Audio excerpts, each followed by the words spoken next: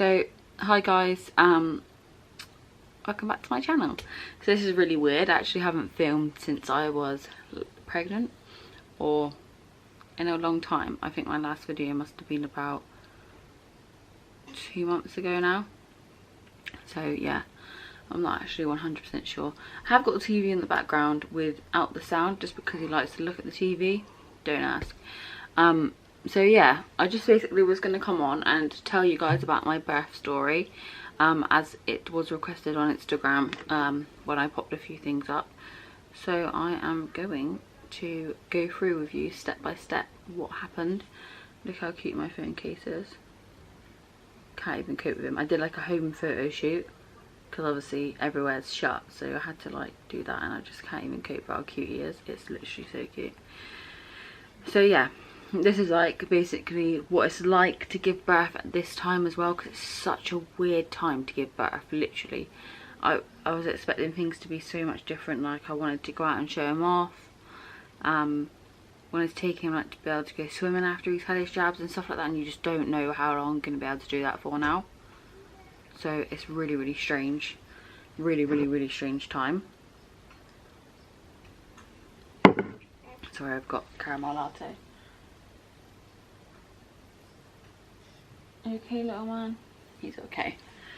Okay, so anyway, yeah, I just thought I'd come on and just explain what happened to me. Obviously everyone is different, so what happened to me could completely be a completely different scenario for someone else, or something. I've got a certain treatment and they might not have, but everything is changing. I know we've hit the peak now, and the peak's been, so things might start easing off a little bit, but I don't know how long that will be. So yeah, like my Craig's cousin had a baby 10 days ago now, and hers rules were a lot stricter than what mine were. So yeah, basically. Okay, so the first thing, I was being induced anyway. I knew that because I had a thing called low pape, which you guys would have known from in previous videos. So low pape means basically,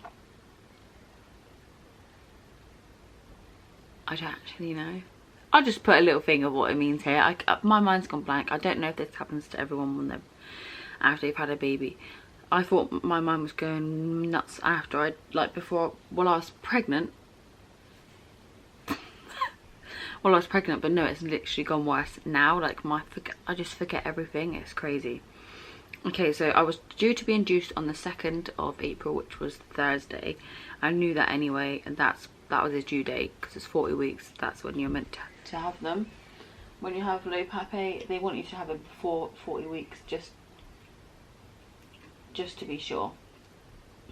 So I was surprised when they said my actual due date. It's okay, hon, it's okay. So I was surprised when they actually said my due date. It's all a bit confusing, but anyway. So yeah, I went in to be induced. We went in, we had this room, me and Craig both went in. I was allowed to take Craig to be induced. He was allowed to stay in up until I give birth. So yeah, I went in. They talked about methods of how I'd be induced, if I wanted the gel, if I wanted the rods, which are a new thing, or gel rods. That was the only two options they gave me, I'm sure. Yeah, it was. I had the rods. I went for the rods because they were a non-medical way. Basically, they had no medicine in them, nothing that was going to affect him in any way, so whatever happened would just affect me. And they would basically just go in. It's 4 rods that went in onto the cervix, and they literally slowly open it. Literally, that's what they did. So I had to have those in for 18 hours. So we stayed in the room, which wasn't that great. So I literally had a room. Craig had like a chair, like a wooden school chair to sleep in, because basically they said if you could go home and come back when I'm like in full established labour. But if Craig had gone home, he would not have been able to come back until I was in established labour. Like, he wouldn't have been able to come in at all. He would have had to go and then come back pretty much as I was giving birth to him, and we didn't know if that was going to be straightforward or what. So yeah, I had those in, waited 18 hours. They got to 3 centimetres. I got to 3 centimetres on those after waiting, I think it was 6 o'clock in the morning. 6 o'clock in the morning they checked me, or They were meant to check me at 6 o'clock in the morning, but it was really busy. They had no beds in the labour ward because they'd have to pop my waters, so I'd have to have a bed. So basically then I went into a labour room. This is about 3 hours after, so about 8 o'clock. Went into the labour ward, had a big room, then had like a shower and stuff, a bath and everything in there, which was nice because we he's going on one. Hey. Shh, shh, shh, shh. Okay. Say hello to the camera. Okay, so yeah. So that happened. Oh. Stop chewing, mummy. Have this. So that happened.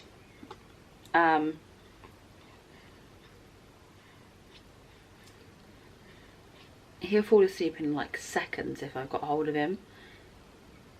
If I don't have hold of him, he won't. Can you see him yawning? I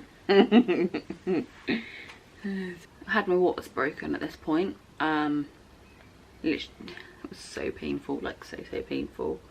Sorry if that's put anyone off, but it was very painful for me. But that's what I mean, it could be completely different for everybody. So my waters were broke, and I think they were broke about not actually too sure, to be honest. Anyway, they broke my waters.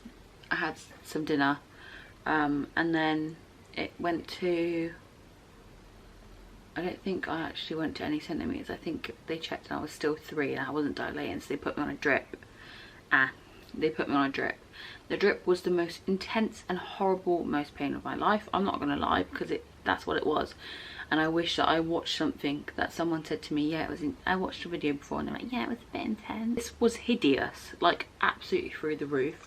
So I decided that I think it was getting to a point and I was like, I literally can't do this. I looked at Craig and I said, look, if they offer me a epidural, I'm having it, because I was in so much pain.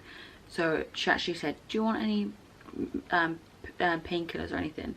Because at this point I was in so much pain, and I think she said to me, you're in a lot of pain. This was at the highest thing of the drip. It was on the highest whatever intensity or whatever it's called of it. And they basically said to me, do you want any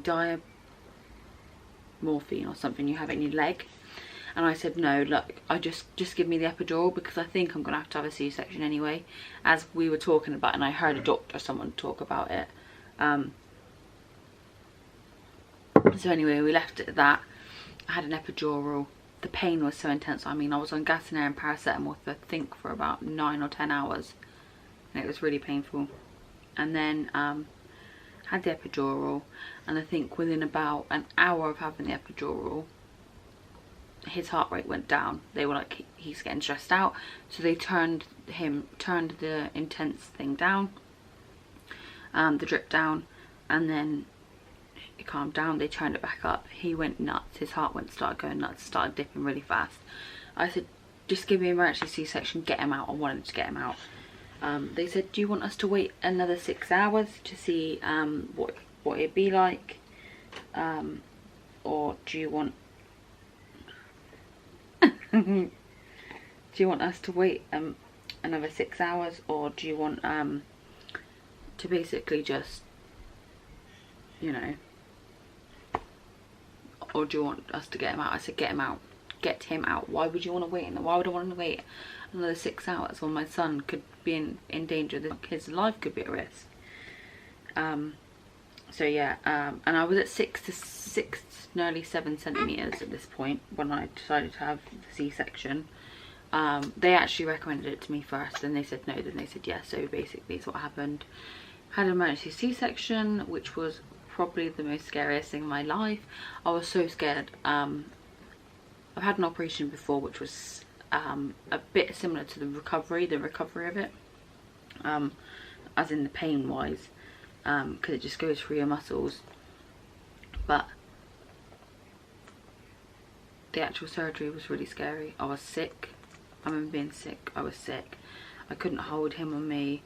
Craig was next to me. I couldn't even hold Craig's hand because I was feeling really, you know, when you get that really aggravated, or you just feel it and you're like, get off me, you don't touch me. And I was like that, and I just felt so strange in there. It was so strange. But anyway, he then he was screaming, which was really strange. Apparently they said for a C-section. After that, Craig obviously held him. Craig showed me him and said he's just so lush, and he was perfect. He was literally so perfect. I'll put a picture up of him when he was born here. He's literally like a couple of hours old. And then we went into the room, back into the room, after they'd obviously like sewn me up and stuff. And then I got to hold him there, because obviously I couldn't hold him in there because there wasn't much space, and obviously I was feeling quite ill.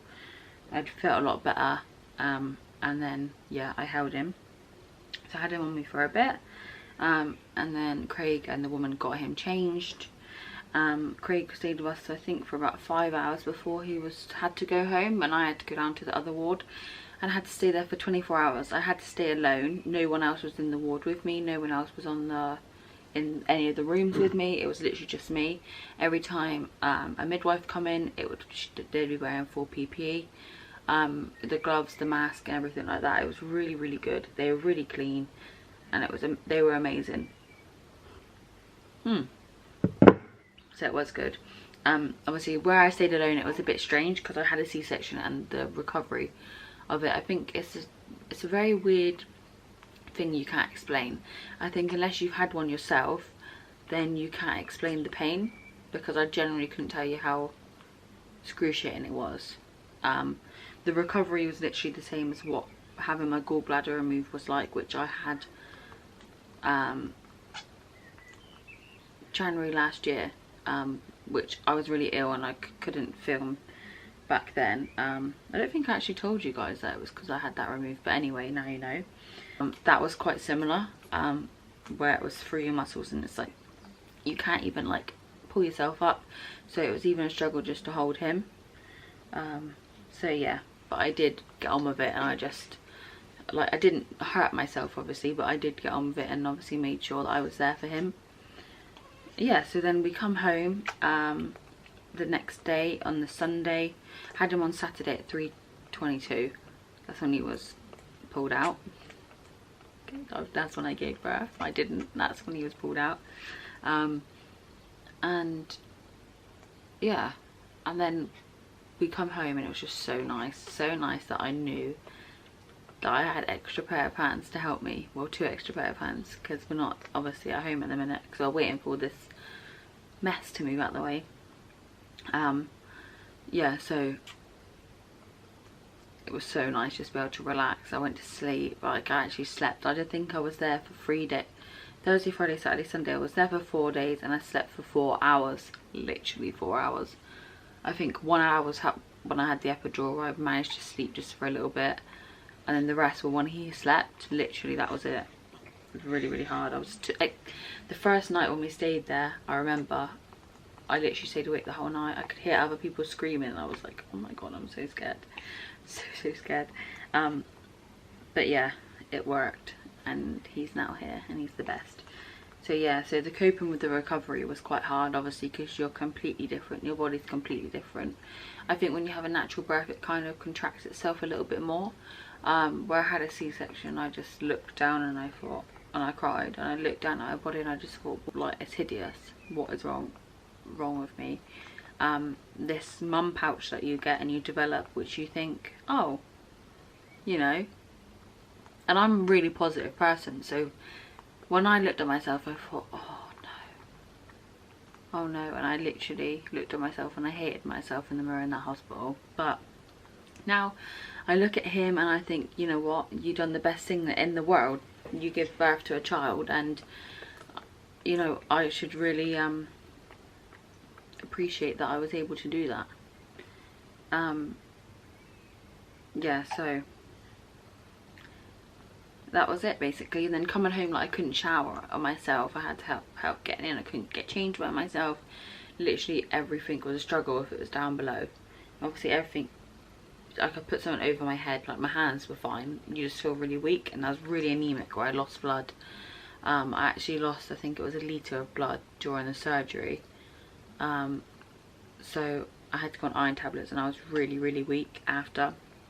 And I kept falling asleep, like, no matter where I was. Like, if I was sat here, I'd literally be like that, asleep. Within like 2 seconds. It was strange. So I couldn't hold him. I had to put him down all the time because I was scared I was going to drop him.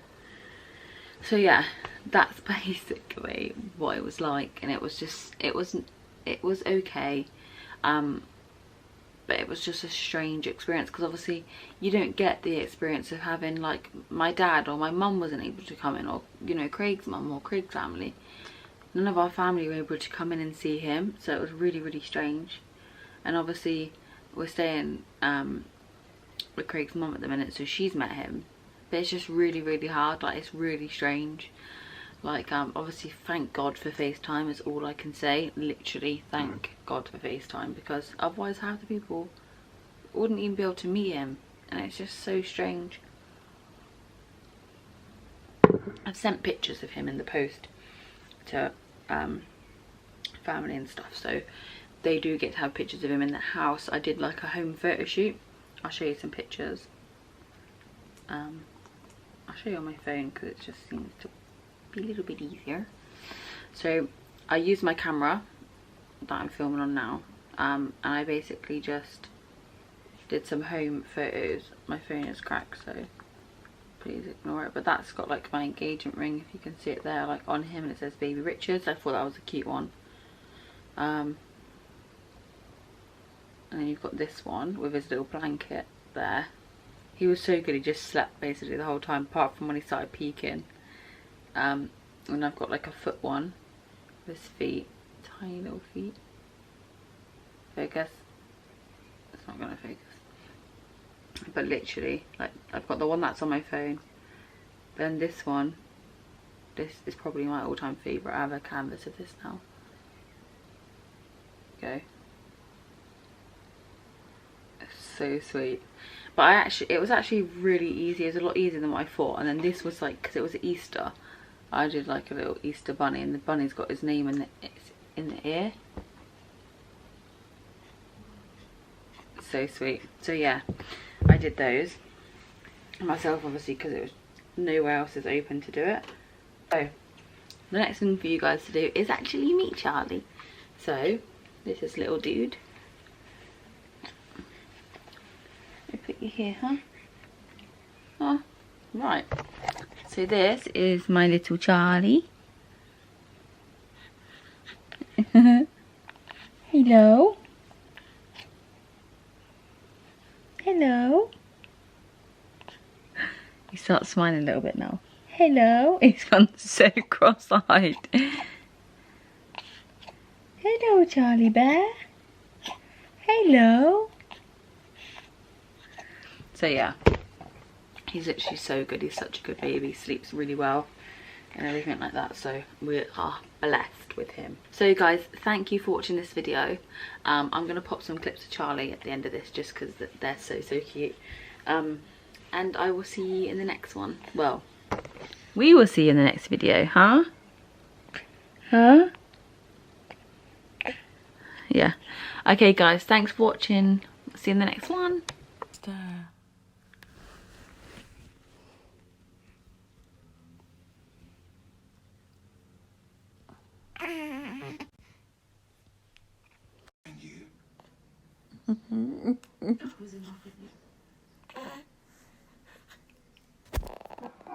Behind our red tractor is peace of mind when putting food upon your table.